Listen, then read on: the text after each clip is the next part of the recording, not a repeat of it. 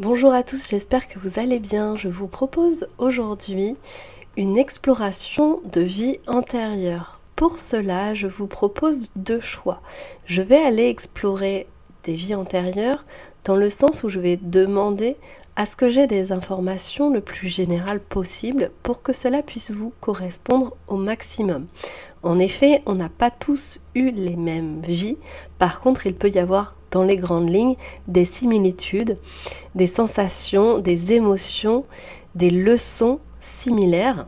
Et c'est pour ça qu'en allant explorer des vies antérieures, peut-être que cela fera écho dans votre vie et vous aidera à avancer dans votre vie. Donc je vous propose donc deux choix. Le choix numéro 1 et le choix numéro 2. Je n'ai pas d'idée pour l'instant de quelle vie je vais aller explorer et de quelles informations je vais disposer. Donc je vous invite à réfléchir à quel numéro vous voulez, pas trop longtemps pour pouvoir laisser parler votre intuition. Et on va commencer par la première vie qui me vient. Il s'agit d'une vie où vous avez vécu une catastrophe en lien avec l'eau. Donc c'est une catastrophe a priori naturelle. Alors il me vient aussi, pourquoi pas, une rupture de barrage, donc ça peut être plus récent. Mais dans tous les cas, c'est une catastrophe liée à l'eau. Une catastrophe naturelle. Donc ça a pu se manifester par un tsunami, de grosses inondations, ça peut être un naufrage, une noyade, quelque chose en tout cas en lien avec l'eau. Et l'idée de catastrophe, donc un événement suffisamment traumatisant pour avoir laissé des stigmates dans votre vie actuelle et qui fait également que vous avez ce choc émotionnel qui reste ancré dans votre corps et dans votre âme surtout. Donc dans cette vie où vous avez vécu cette catastrophe liée à l'eau, vous avez vécu un drame, c'est-à-dire que cet événement particulier vous a coupé de votre famille. Donc à adapter en fonction de ce qui vibre en vous. Ça peut être que lors de ce drame, de cette catastrophe, vous avez perdu des membres de votre famille, mais ça peut également être que vous n'avez pas été la même personne à la suite de cet événement traumatisant et de cette catastrophe, et donc vous êtes en quelque sorte coupé un peu du monde, coupé un peu de votre famille, de la réalité, etc.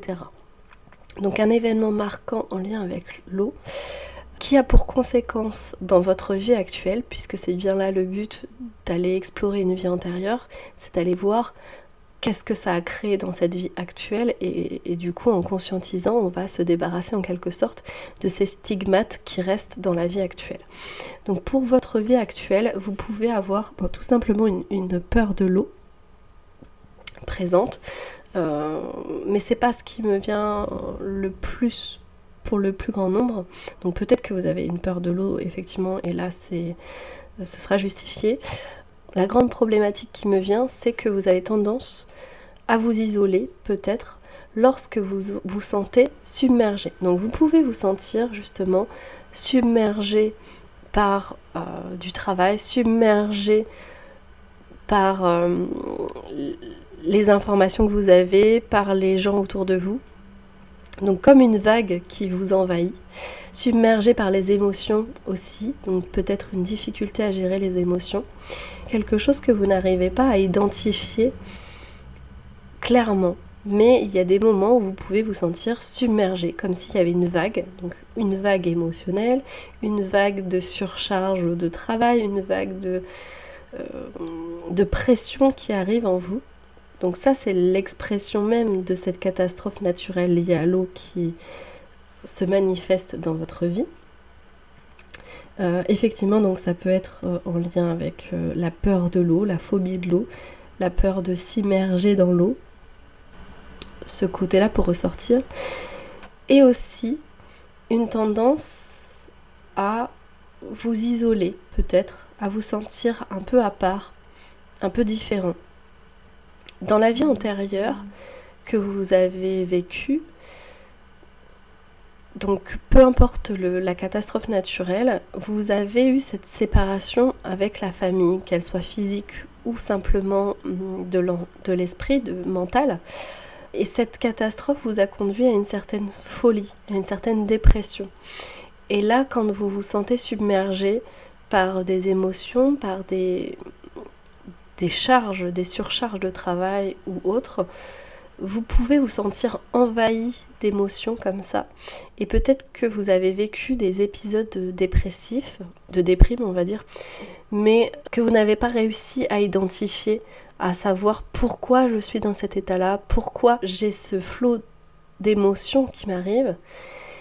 Et là, en fait, on vous dit que c'est en lien avec cette vie antérieure où vous avez eu une vague physique, une submersion physique qui a conduit à une séparation de votre entourage, de votre famille, à une perte de repères qui vous a complètement chamboulé, complètement bouleversé, qui a transformé votre vie, qui a fait de vous un autre homme ou une autre femme, et qui a fait de vous une personne qui s'est isolée des autres, qui s'est renfermée dans ses propres émotions, dans ses propres bouleversements, qui n'a pas su aller au-delà de ce traumatisme lié à l'eau. Donc là, la leçon pour vous, dans cette vie, c'est d'essayer au maximum quand vous vous sentez submergé, que ce soit par les émotions, que ce soit par le travail, que ce soit par n'importe quoi. Ne vous isolez pas et osez parler à votre entourage, à vous rapprocher de votre entourage, à avancer. Et si vous avez des épisodes passagers de déprime, voire de dépression, que vous n'arrivez pas à identifier, dites-vous aussi que c'est peut-être qu'inconsciemment, vous avez une submersion de choses, d'événements autour de vous que vous n'avez pas identifié et qui expliquerait ce traumatisme émotionnel, cet isolement émotionnel que vous vivez. Donc pour cette vie-là, voilà ce que je pouvais dire sur cette vie antérieure de la manière la plus générale possible. Donc je ne vais pas aller dans les détails des emplacements, etc. puisque c'est vraiment une lecture de vie antérieure très très générale. Les leçons à en tirer, c'est vraiment peu importe ce qui arrive dans votre vie, ne vous laissez plus submerger, ne vous mettez plus en dehors de votre vie et osez partager ce qui se passe en vous avec votre entourage parce que il faut vraiment apprendre à exprimer ses émotions, ses pensées pour surmonter justement les épreuves et ne pas rester seul face à l'adversité, j'ai envie de dire. Donc voilà pour cette première vie antérieure. Peut-être qu'elle vous parlera ou pas. Et je vais passer à ma connexion à une seconde vie antérieure. Donc je précise que cette deuxième vie peut également vous parler, même si la première vous parlait, parce que normalement vous n'en êtes pas à votre première vie dans cette vie actuelle, vous avez déjà vécu d'autres vies, et comme je vais aller chercher des vies antérieures dans les grandes lignes, j'ai envie de dire, peut-être que cette deuxième vie vous parlera aussi et expliquera aussi des choses dans votre vie actuelle, mais pas forcément. Donc je vous invite tout simplement à écouter et voir si cela vous correspond, vibre en vous, etc. Alors pour cette vie antérieure, celle-ci va pas s'adresser forcément à tout le monde. Elle va s'adresser principalement à des personnes qui vont se sentir comme étant une vieille âme. Donc une vieille âme, c'est une âme qui va avoir en elle une certaine sagesse, certaines connaissances qu'elle a parfois intérieurement et qu'elle n'a pas encore réveillées ou révélées, et qui a ce sentiment d'avoir, alors parfois de ne pas être à sa place ici, d'être un peu comme un étranger ou une étrangère, qui va se sentir à part, différent des autres, et qui parfois se sent même mal à l'aise avec la société, etc. Pas toujours, évidemment, mais voilà, une âme qui a déjà bien évolué, bien avancé. Je parle pour des âmes qui, évidemment, ont un côté très éveillé spirituellement, parce que ça fait partie du chemin de l'âme, de s'éveiller à la spiritualité, sans forcément être complètement perché non plus. Donc, cette âme, là, on me montre une personne qui fait partie des vieilles civilisations. Donc il y a deux cas de figure, et donc on me montre deux personnes différentes, mais donc avec une vibration de vie identique. C'est-à-dire que soit vous avez été complètement expatrié dans le sens vous étiez carrément un ou une extraterrestre qui a fait partie des premiers humanoïdes en quelque sorte qui sont arrivés sur Terre. Ça ne parlera pas forcément à tout le monde. Mais donc quelqu'un qui arrive déjà avec un bagage de connaissances d'autres civilisations et qui en même temps a déconnecté de sa propre civilisation et qui se sent un peu déraciné en quelque sorte. Et puis il peut y avoir aussi tout simplement une vie où vous avez fait partie des premiers hommes, dans le sens premiers hommes civilisés, hein, pas des hommes préhistoriques. Là en tout cas c'est pas ce qui me vient, mais des premiers hommes civilisés où vous avez été en quelque sorte, dans les deux cas, hein, peu importe qui vous étiez, vous avez été une sorte de pacificateur, de diplomate on va dire. Une personne diplomate qui est allée à la rencontre d'autres civilisations. Donc avec une volonté bienveillante, pas du tout pour faire la guerre, mais le côté je découvre une autre civilisation, qu'elle soit terrestre ou moi-même que je sois extraterrestre et que l'autre soit terrestre, mais je vais découvrir cette civilisation, lui apporter mes connaissances, partager mes connaissances, partager les connaissances aussi existantes, mais avec cette idée de venir en paix et de venir avec vraiment cette volonté de partager, d'échanger, de bienveillance et pas du tout dans l'idée de conquérir quelque chose. Donc il y a vraiment cet esprit-là qui ressort de cette vie antérieure, que vous ayez été extraterrestre ou non. En tout cas, il y a la volonté vraiment d'arriver en tant que pacificateur et d'apporter un certain nombre de connaissances, de choses à l'autre civilisation. Cependant, dans cette vie antérieure, vous n'avez pas forcément été accueilli de la manière dont vous auriez aimé. Alors non pas que vous ayez été rejeté réellement par les armes ou la violence, mais on vous a vu comme l'étranger, un étranger, quelqu'un qui arrive, qui débarque et qui est différent de l'autre.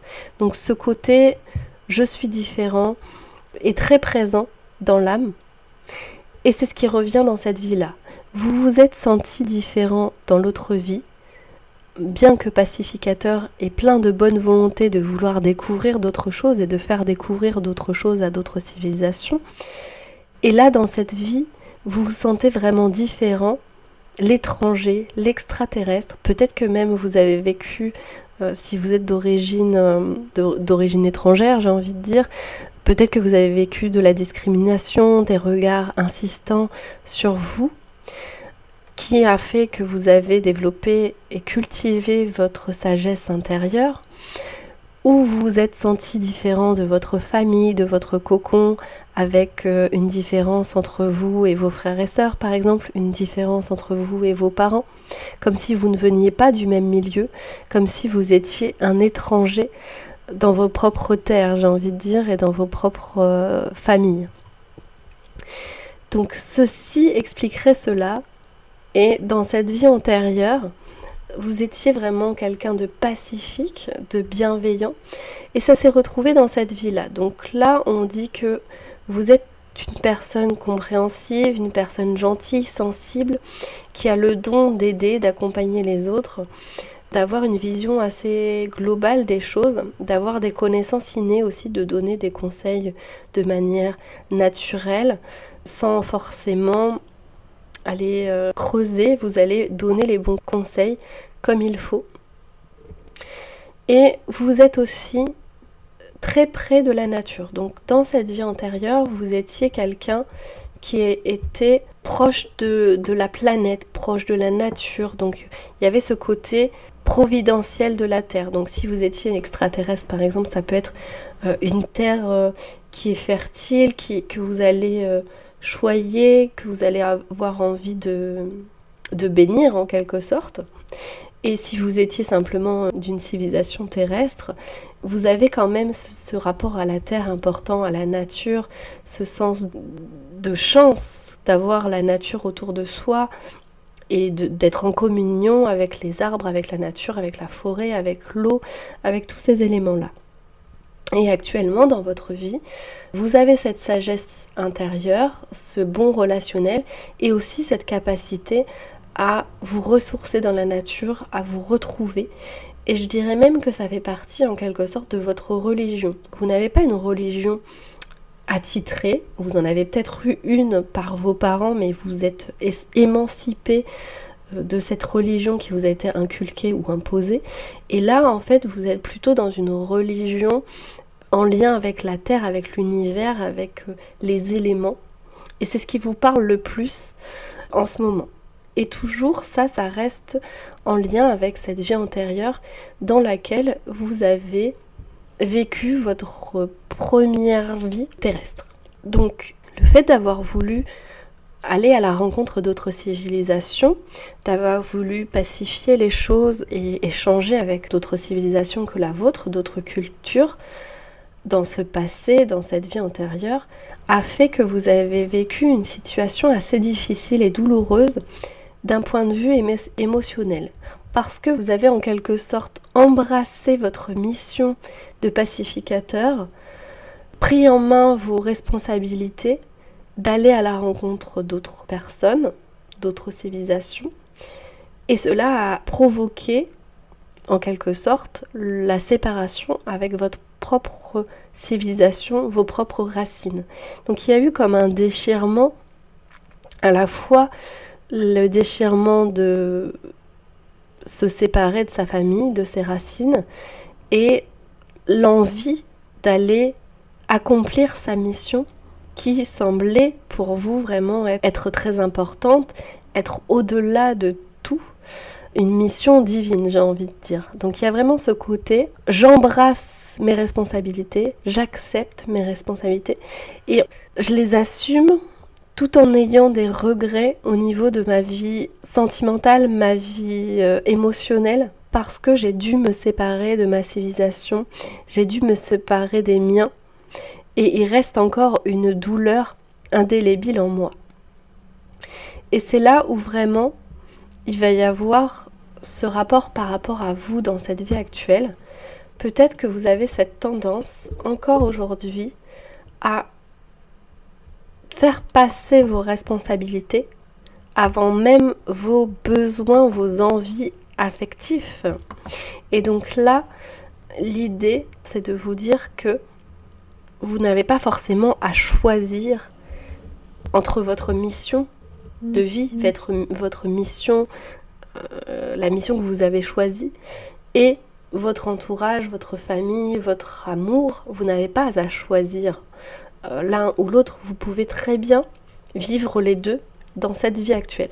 Peut-être qu'à l'époque, c'était différent, dans un passé où tout n'était pas encore fait, tout était encore à découvrir, et là il y a encore beaucoup de choses à découvrir, mais vous avez cet avantage-là d'avoir beaucoup de connaissances antérieures, des connaissances que vous pouvez réactiver par votre pensée, par la méditation, par la magie intérieure que vous avez et que vous incarnez naturellement, mais vous n'avez pas à choisir entre votre mission de vie et votre entourage et vos envies en quelque sorte un peu égotiques.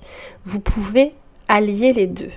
Et là, c'est vraiment le message qui vous est transmis, c'est que dans la vie ancienne, de cette première vie terrestre que vous avez eue, vous avez dû faire le choix, et vous avez fait le choix naturellement d'aller vers la mission de vie, d'incarner pleinement votre mission de pacificateur, au détriment en quelque sorte de votre vie privée, de votre vie personnelle, de votre affection, de vos émotions.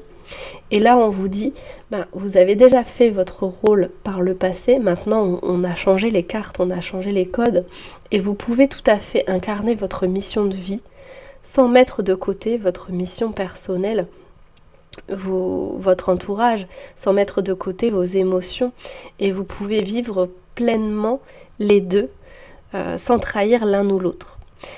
Donc voilà pour ce message de vie antérieure et cette deuxième vie antérieure qui, j'imagine, ne parlera pas à tout le monde. Mais voilà, Félicitations pour cette avancée, pour cette mission de vie que vous avez, mais ne sacrifiez pas votre vie personnelle à son détriment et inversement. Je vous souhaite une bonne journée et à très bientôt peut-être pour d'autres lectures de vie antérieure.